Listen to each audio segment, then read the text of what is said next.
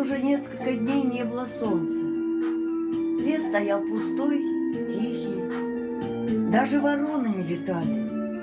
Вот такой был пустой лес. Ну все, готовься к зиме. Уф-уф. А где птицы? Готовятся, утепляют гнезда. Уф-уф. А белка где? Дупло сухим мохом выкладывает. Уф-уф-уф-уф. А заяц? Сидит в норе, дышит. Хочет надышать на всю зиму. Уф-уф-уф-уф. Вот глупый. Ага. Я ему сказал, перед зимой не надышишься. А он? Ну, дышу, говорит. Буду дышать и дышать. Уф-уф-уф-уф. Айда к нему. Может, чем поможем. Айда. Уф-уф-уф. Уф-уф-уф-уф-уф-уф-уф-уф-уф-уф. И они отправились к зайцу. Заячья нора была в третьей стороне от горы. С одной стороны дом ежика, с другой дом медвежонка, а с третьей нора зайца. О, вот здесь, идем скорее. О, оф,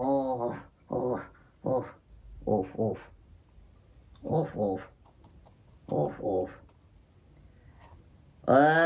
Заяц! Что ты там делаешь? Дышу. Много надышал. Нет еще. Половиночку. А хочешь, мы тебе подышим сверху? Нет, не получится.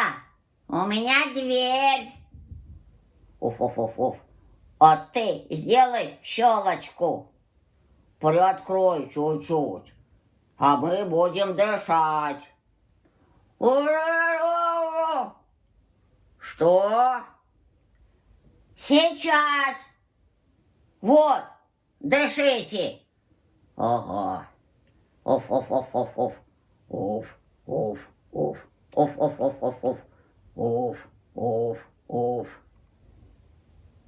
Ну как? Теплеет.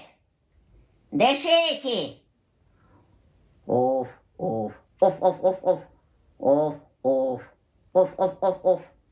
А теперь? Ой, дышать нечем. Оф. Выходи к нам.